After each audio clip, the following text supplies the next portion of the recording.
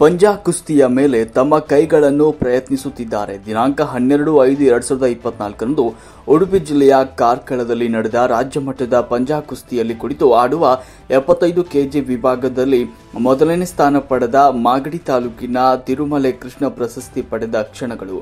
ಪಂಜಾ ಕುಸ್ತಿ ಅತ್ಯಂತ ಪುರಾತನ ಕಲೆಗಳಲ್ಲಿ ಒಂದಾಗಿದ್ದು, ಇಂತಹ ಕಲೆಯನ್ನ ಉಳಿಸಿ ಬೆಳೆಸುವ ಕೆಲಸವನ್ನ ಮಾಗಡಿ ವಿಧಾನಸಭಾ ಕ್ಷೇತ್ರದಲ್ಲಿ ಹುಟ್ಟಿ ಬೆಳೆದ ತಿರುಮಲೆ ಕೃಷ್ಣ ರಾಜ್ಯ ಮಟ್ಟದಲ್ಲಿ ಪಂಜಾ ಕುಸ್ತಿ ಮಾಡ್ತಾ ಇರುವುದು ಶ್ಲಾಘನೀಯ.